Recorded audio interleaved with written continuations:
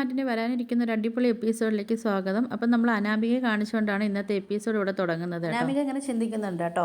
അല്ല, എൻ്റെ അടുത്ത് ഇടയ്ക്ക് ഇങ്ങനെ സംസാരിക്കാനും ഓരോ കുശുമ്പൊക്കെ പറയാനൊക്കെ വരുന്നത് ജലജ തന്നെയാണല്ലോ. അവരെന്ത് പറ്റി ഇപ്പോൾ അവർ എൻ്റെ അടുത്ത് സംസാരിക്കാനൊന്നും വരുന്നില്ലല്ലോ. എന്നിൽ നിന്ന് എന്തൊക്കെയോ മറയ്ക്കുന്നുണ്ട് ഇപ്പം. അവർക്കിടയിൽ എന്തൊക്കെയോ കള്ളത്തരങ്ങളൊക്കെ ഇപ്പോൾ ഉണ്ട്. അതുകൊണ്ടാണ് അവർ എൻ്റെ അടുത്ത് ഇപ്പോൾ വന്നിട്ട് അവർ സംസാരിക്കാത്തേക്ക്. അല്ലെങ്കിൽ എന്തെങ്കിലും ഒരു കുത്തിത്തിരിപ്പൊക്കെ ഉണ്ടാക്കാൻ വേണ്ടി അവർ എൻ്റെ അടുത്ത് വരുന്നതായിരുന്നു. പക്ഷെ ഇപ്പോൾ അവർ എൻ്റെ അടുത്തോട്ട് വരുന്നതും ഇല്ലല്ലോ. ഇപ്പോൾ അവർ ഏത് സമയം നോക്കിയാലും ജലജ ആൻറ്റിയും അഭിയും തമ്മിൽ ഇങ്ങനെ മാറി നിന്ന് സംസാരിക്കുന്നതൊക്കെയാണ് ഇപ്പോൾ കാണുന്നത്. പിന്നെ ഇടയ്ക്ക് നവ്യയെടുത്തുമൊക്കെ ഇങ്ങനെ സംസാരിക്കുന്നത് കാണുന്നുണ്ട്. ഇനിയിപ്പോൾ മരുമോളെയും കൊച്ചുമോനെയൊക്കെ അവരിനി സ്നേഹിച്ചൊക്കെ തുടങ്ങിയെന്നൊക്കെയുള്ളൊരു സംശയം നമ്മുടെ അനാമികയുടെ മനസ്സിലിങ്ങനെ വരുന്നുണ്ട് കേട്ടോ. അങ്ങനെ പേരക്കുട്ടിയൊക്കെ സ്നേഹിച്ച് തുടങ്ങിയിട്ടുണ്ടെങ്കിൽ അത് എനിക്ക് തന്നെ വിനയാകും.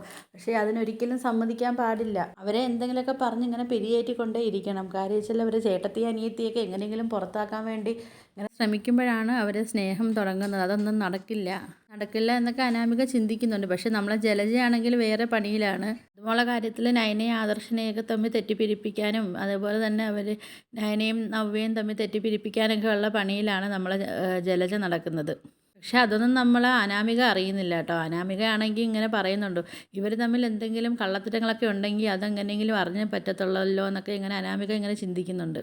ഞാനറിയാതെ ഇവിടെ ഒരു കാര്യവും നടക്കണ്ട, അങ്ങനെ അവരിവിടെ വലിയ ആളാവണ്ടെന്നൊക്കെ ഇങ്ങനെ ചിന്തിച്ച് നിൽക്കുക കേട്ടോ നമ്മൾ അനാമിക. പിന്നെ കാണിക്കുന്ന പറഞ്ഞാൽ നമ്മൾ ആദർശം നയനയൊക്കെ പിന്നെ ഓഫീസിലൊക്കെ പോകാൻ വേണ്ടി ഇറങ്ങുന്ന സമയത്ത് നമ്മൾ ചന്തുമോൾ ഓടി വന്ന് കെട്ടിപ്പിടിച്ചിട്ട് അമ്മ ഇപ്പോൾ പോവണ്ട എന്നൊക്കെ പറയുന്നുണ്ട്. എനിക്ക് പേടിയാണ്, എനിക്കിവിടെ ഒറ്റയ്ക്ക് നിൽക്കാൻ പേടിയാന്നൊക്കെ ചന്തുമോൾ പറയുമ്പോൾ നയന പറയുന്നുണ്ട്, മോളെ ഇപ്പോൾ അമ്മൂമ്മയല്ലേ നോക്കുന്നത്, അമ്മൂമ്മ മോളെ ശ്രദ്ധിച്ചോളും, കുഴപ്പമൊന്നുമില്ല. പിന്നെ ഞങ്ങളും പെട്ടെന്ന് ഇപ്പം പോയിട്ടൊക്കെ പെട്ടെന്ന് വരുമല്ലോ എന്നൊക്കെ ഇങ്ങനെ നയന പറയുന്നുണ്ട്. നമ്മൾ പോയിട്ട് പെട്ടെന്ന് വരാമെന്നൊക്കെ പറയുമ്പോഴത്തേക്ക് ചന്തുമോൾ നയനയും ആദർശിനെയൊക്കെ യാത്രയാക്കുന്നുണ്ട് കേട്ടോ. അപ്പം ആദർശിൻ്റെ അടുത്ത് പിന്നെ നയന പറയുന്നുണ്ട്, എനിക്കിപ്പോൾ പേടിയാണ്, ആ അനാമികയും എൻ്റെ ചേച്ചിയൊക്കെ ഉണ്ടല്ലോ, ചന്തുമോളെ എന്തെങ്കിലുമൊക്കെ ചെയ്യുമെന്നുള്ളൊരു പേടി എനിക്കുണ്ട്. അപ്പം ഇവർ പോകുന്നത് നമ്മൾ അനാമിക ബാൽക്കണിൽ നിന്ന് നോക്കുക കേട്ടോ. അപ്പോൾ ഭാര്യയും ഭർത്താവും പോകുന്നുണ്ടല്ലോ എന്നൊക്കെ ഇങ്ങനെ മനസ്സിൽ അനാമിക പറയുന്നുണ്ട്.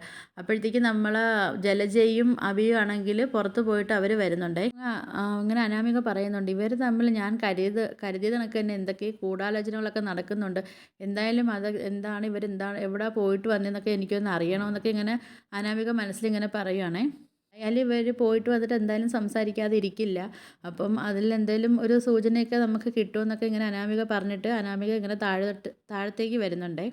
അങ്ങനെ നമ്മളെ ജലജയും അഭിയും ആണെങ്കിൽ കയറി വന്നിട്ട് സിറ്റൗട്ടിൽ നിന്ന് തന്നെ അവർ സംസാരിക്കുന്നുണ്ട് കേട്ടോ. നമ്മൾ അഭിയോടുത്ത് നമ്മളെ ജലജ പറയുന്നുണ്ട്, എങ്ങനെയെങ്കിലും അവരെ പിന്നെ അവളെയും അവളെ അനിയത്തിയും തമ്മിൽ എങ്ങനെയെങ്കിലും അടി ഉണ്ടാക്കിക്കണം, അല്ലെങ്കിൽ ഞാൻ കരുതിയ കണക്കൊന്നും ഇവിടെ കാര്യങ്ങൾ നടക്കില്ല എന്നൊക്കെ ഇങ്ങനെ പറയുന്നുണ്ട് കേട്ടോ. അങ്ങനെ നമ്മൾ അഭി ജലജ എടുത്ത് പറയുന്നുണ്ട്. അങ്ങനെ ജലജ പറയുന്നുണ്ട്, അല്ലടാ എനിക്ക് മനസ്സിലാവാത്ത കാര്യം എന്ന് പറഞ്ഞാൽ നീ എന്ത് തെറ്റ് ചെയ്താലും ഇവിടെ കൊട്ടി ആഘോഷിക്കാനും ശിക്ഷ തരാനും ഒക്കെ ഇവിടെ ആളുണ്ട്. എന്നാൽ ആ ആദർശം എന്ന് പറയുന്ന അവന് തെറ്റ് ചെയ്തിട്ട് അത് തെളിഞ്ഞിട്ട് പോലും ഇവിടെ ശിക്ഷ കൊടുക്കാനോ അവനിക്ക് ശിക്ഷ കൊടുക്കാൻ ആരും ഒന്ന് ശകാരിക്കാനോ ഇവിടെ ആരുമില്ല.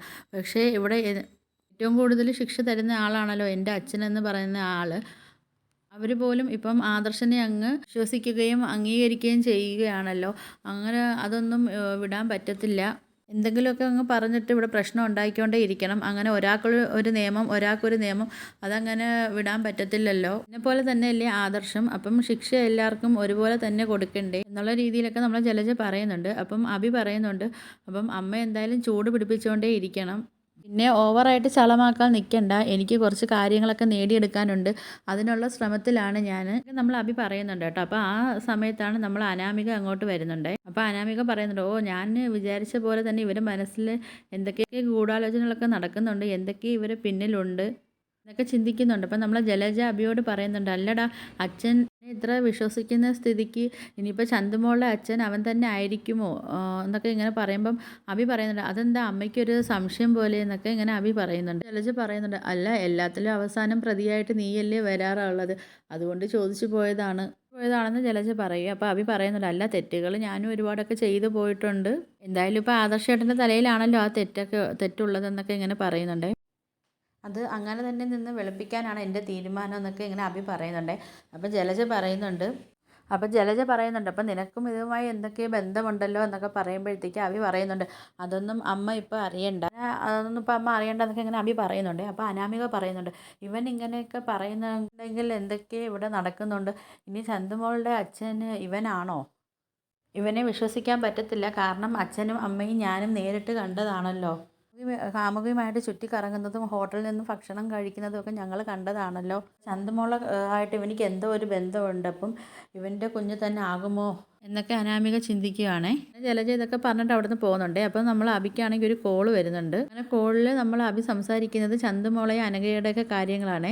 അപ്പം അബി പറയുന്നുണ്ട്, കോളിൽ പറയുന്നുണ്ട്, നീ എന്നെ ടെൻഷൻ എടുപ്പിക്കാതിരിക്കുക.